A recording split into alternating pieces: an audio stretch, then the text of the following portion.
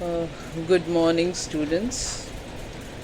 Uh, Today we are going to do the first chapter of your syllabus in English, The Judgment Seat of Vikramaditya.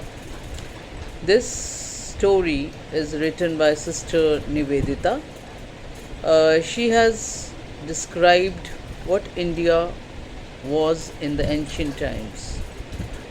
The city of Ujjain is famous for as a seat of learning. It was famous for Kalidas and Shakespeare. Everybody learned and everybody taught. This was the concept of this city, Ujjain. It was the city of knowledge. It was very famous, very renowned, because people were interested in teaching as well as in learning. ਇੱਕ ਜ਼ਮਾਨਾ ਸੀ ਜਦੋਂ ਇੱਥੇ ਦੇ ਬੜੇ ਹੀ ਮਸ਼ਹੂਰ ਕਵੀ ਹੋਏ ਜਿਨ੍ਹਾਂ ਨੂੰ ਅਸੀਂ ਕਾਲੀਦਾਸ ਦੇ ਨਾਂ 'ਤੇ ਜਾਣਦੇ ਹਾਂ, ਅਤੇ ਉਹਨਾਂ ਦੇ ਨਾਲ ਨਾਲ ਇੱਕ ਰਾਜਾ ਵੀ ਹੋਇਆ, ਵਿਕਰਮਾਦਿੱਤਿਆ ਜੀ ਦਾ ਨਾਂ ਹੈ। ਉਹ ਰਾਜਾ ਜਿਹੜਾ ਬਹੁਤ ਹੀ ਮਸ਼ਹੂਰ ਹੈ ਹਿੰਦੁਸਤਾਨੀਆਂ ਵਿੱਚ ਵੀ ਅਤੇ ਬਾਹਰ ਦੀ ਦੁਨੀਆ ਵਿੱਚ ਵੀ। ਇਹ ਕ੍ਰਾਈਸਟ BC ਦੇ ਵਿੱਚ 57 BC 57 BC he was the king of Malwa. ਔਰ ਉਸ ਤੋਂ ਵੀ ਪਹਿਲਾਂ ਇਹ ਜਿਹੜਾ ਰਾਜਾ ਸੀ ਇਹ ਬਹੁਤ ਹੀ ਨਿਆਏ ਪਸੰਦ, ਵਨ ਹੂ ਲਵਡ, ਜਿਵੇਂ ਹੈ ਕਿ ਜਸਟਿਸ ਅਤੇ ਇਨਜਸਟਿਸ ਦੇ ਵਿੱਚ ਫਰਕ ਨਹੀਂ ਰਿਹਾ, ਪਰ ਉਦੋਂ ਹੁੰਦਾ ਸੀ। ਹਰ ਇਨਸਾਨ ਨੂੰ ਜਸਟਿਸ ਲੈਣ ਦਾ, ਜਸਟਿਸ ਮੰਗਣ ਦਾ ਹੱਕ ਹੁੰਦਾ ਸੀ। ਉਸੇ ਹੀ ਤਰ੍ਹਾਂ ਉਹ ਰਾਜੇ ਦਾ ਫਰਜ਼ ਸੀ ਕਿ ਉਹ ਇਨਸਾਫ ਦੇਵੇ।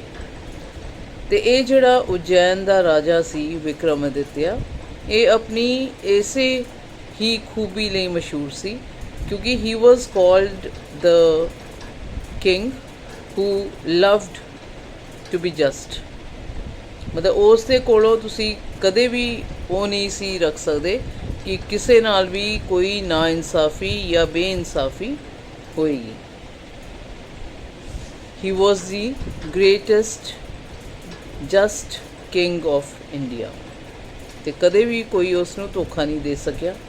ਉਸ ਨੇ ਕਦੇ ਆਪਣੇ ਜ਼ਿੰਦਗੀ ਦੇ ਵਿੱਚ ਹੀ ਨੈਵਰ ਪਨਿਸ਼ਡ ਅ ਰੋਂਗ ਪਰਸਨ।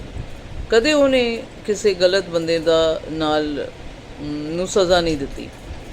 ਹਮੇਸ਼ਾ ਜਿਹੜੇ ਦੂਜੇ ਲੋਕ ਸੀ ਉਹ ਟਰੈਂਬਲ ਕਰਦੇ ਸੀ ਉਹਦੇ ਅੱਗੇ ਆ ਕੇ, ਕਿਉਂਕਿ ਉਹਨਾਂ ਨੂੰ ਪਤਾ ਸੀ ਕਿ ਸਾਡਾ ਜਿਹੜਾ ਝੂਠ ਹੈ, ਸਾਡੀ ਜਿਹੜੀ ਫਰੇਬ ਹੈ, ਉਹ ਪਕੜਿਆ ਜਾਣਾ। ਅਤੇ ਬਹੁਤ ਲੋਕ ਉਸ ਤੋਂ ਡਰਦੇ ਸੀ।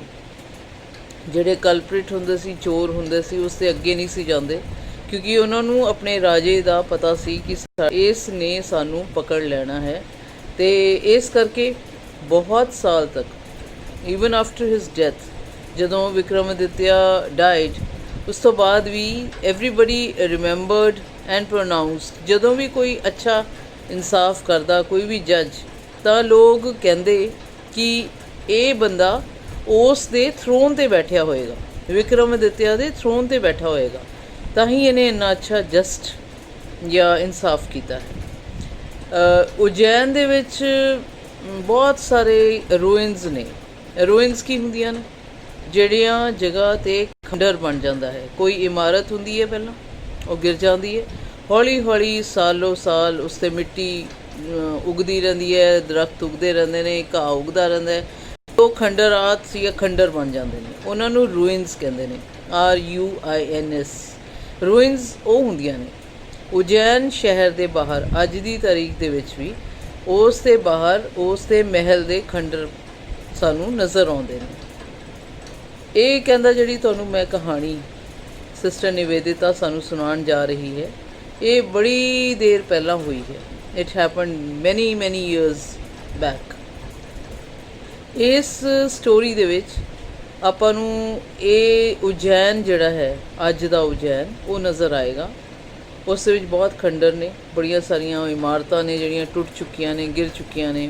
ਉਹਨਾਂ ਦੇ ਉੱਤੇ ਮੌਸ ਜਾਂ ਘਾਹ ਜਾਂ ਦਰਖਤ ਉੱਗੇ ਪਏ ਨੇ। ਉੱਥੇ ਜਿਹੜੀ ਜਗ੍ਹਾ ਖਾਲੀ ਸੀ ਉੱਥੇ ਘਾਹ ਹੀ ਘਾਹ ਹੋਇਆ ਹੈ।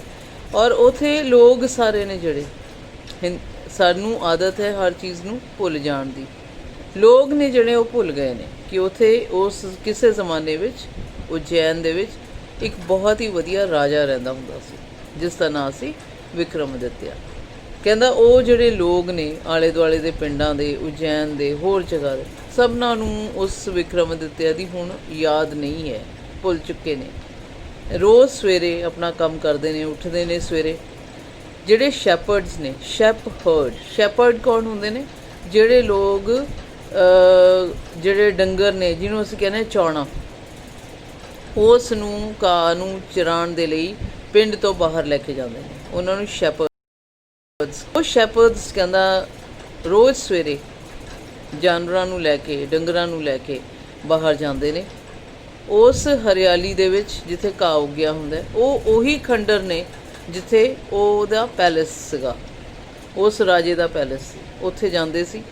ਔਰ ਇਹ ਜ਼ਿਆਦਾਤਰ ਕੰਮ ਬੱਚਿਆਂ ਨੂੰ ਦਿੱਤਾ ਜਾਂਦਾ ਸੀ, ਛੋਟੇ 14 ਸਾਲ ਦੇ ਉਹ ਮੁੰਡੇ ਇਕੱਠੇ ਹੋ ਕੇ ਪੂਰੇ ਪਿੰਡ ਦਾ ਚੌਣਾ ਹੈ ਜਾਂ ਡੰਗਰ ਨੇ ਉਹਨਾਂ ਨੂੰ ਲੈ ਕੇ ਚਲੇ ਜਾਂਦੇ ਸੀ ਔਰ ਸ਼ਾਮ ਨੂੰ ਫਿਰ ਆਪਣੇ ਆਪਣੇ ਘਰਾਂ ਨੂੰ ਵਾਪਸ ਆ ਜਾਂਦੇ ਸੀ। ਕਹਿੰਦਾ ਉਹ ਸਵੇਰੇ ਸਵੇਰੇ ਜਾਂਦੇ ਨੇ ਔਰ ਸਵੇਰੇ ਜਾਂਦੇ ਹੋਏ ਉਹਨਾਂ ਦੀਆਂ ਕਾਊਜ਼ ਨੇ, ਸਾਡੀਆਂ ਮੱਝਾਂ ਨੇ, ਉਹਨਾਂ ਦਾ ਕਹਿੰਦਾ ਇਹ ਜਾਣ ਦਾ ਨਜ਼ਾਰਾ ਦੇਖਣ ਵਾਲਾ ਹੁੰਦਾ ਹੈ।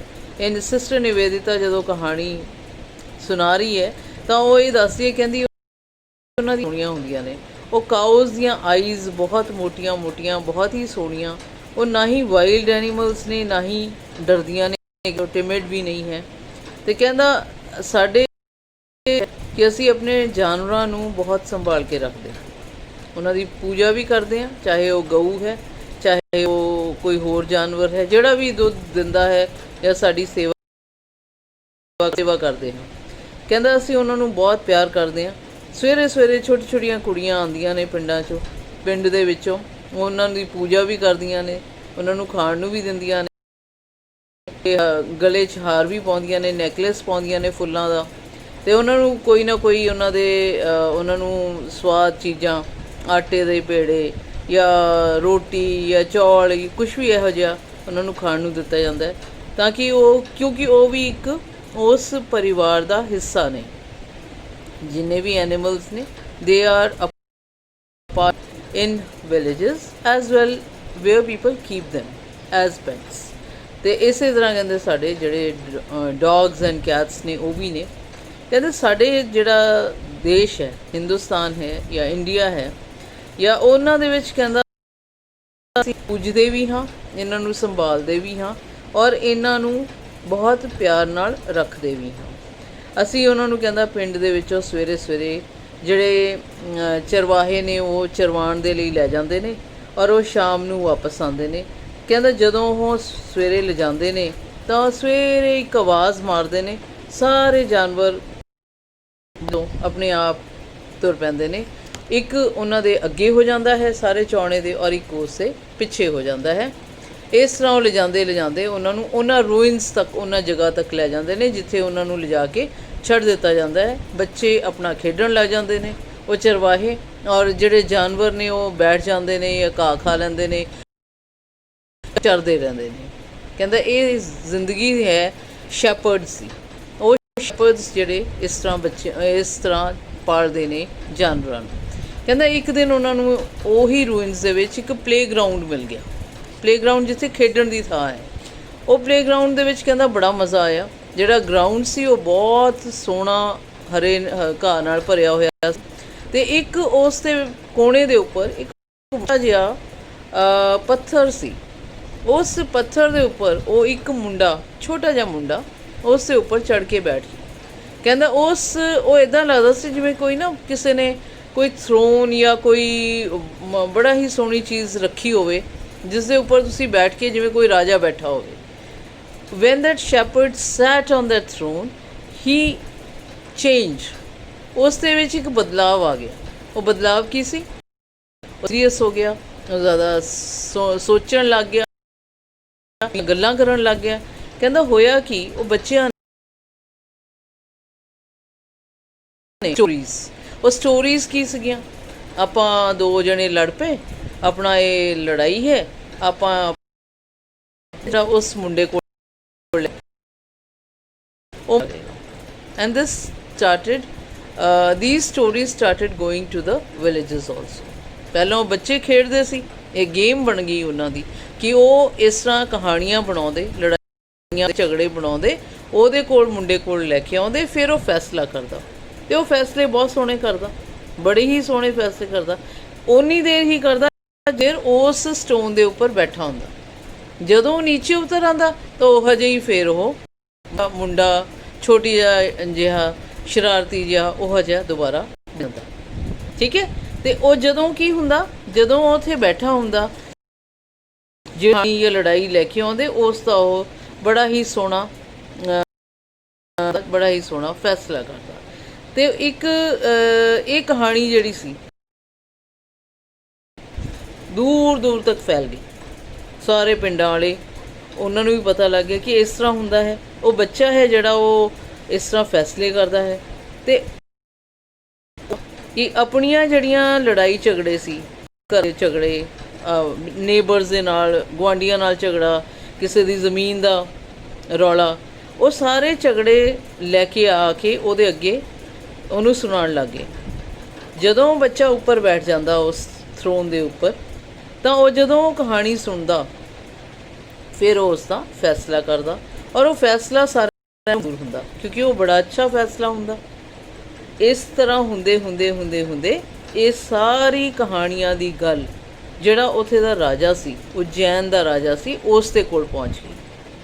ਉਜੈਨ ਦੇ ਰਾਜੇ ਨੇ ਸੋਚਿਆ ਕਿ ਇਹ ਕਿਸ ਤਰ੍ਹਾਂ ਹੋ ਸਕਦਾ ਹੈ ਕਿ ਉਹ ਜਿਹੜਾ ਛੋਟਾ ਜਿਹਾ ਬੱਚਾ ਹੈ ਉਹ ਇੰਨਾ ਇਨਸਾਫ ਕਿਵੇਂ ਕਰ ਸਕਦਾ? How can he do justice? ਮੇਰੇ ਕੋਲ ਨਹੀਂ ਆਉਂਦੇ ਲੋਕ, ਮੇਰੇ ਕੋਲੋਂ ਆਉਣ ਹਟ ਗਏ ਹੈ, ਅਤੇ ਇਹਦਾ ਮਤਲਬ ਉੱਥੇ ਕੁਛ ਹੈ। ਜਿਹੜੀ ਚੀਜ਼ ਉਸ ਨੂੰ ਉਸ ਬੱਚੇ ਨੂੰ ਜਸਟਿਸ ਕਰਨ 'ਤੇ ਮਜਬੂਰ ਕਰ ਰਹੀ ਹੈ। ਤਾਂ ਉਸ ਨੇ ਇੱਕ ਬੰਦੇ ਭੇਜੇ, ਹੀ ਸੈਂਟ ਆਲ ਹਿਜ਼ ਮੈਨ, ਬੜੇ ਸਾਰੇ ਉਹਨੇ ਸਿਪਾਹੀ ਭੇਜੇ।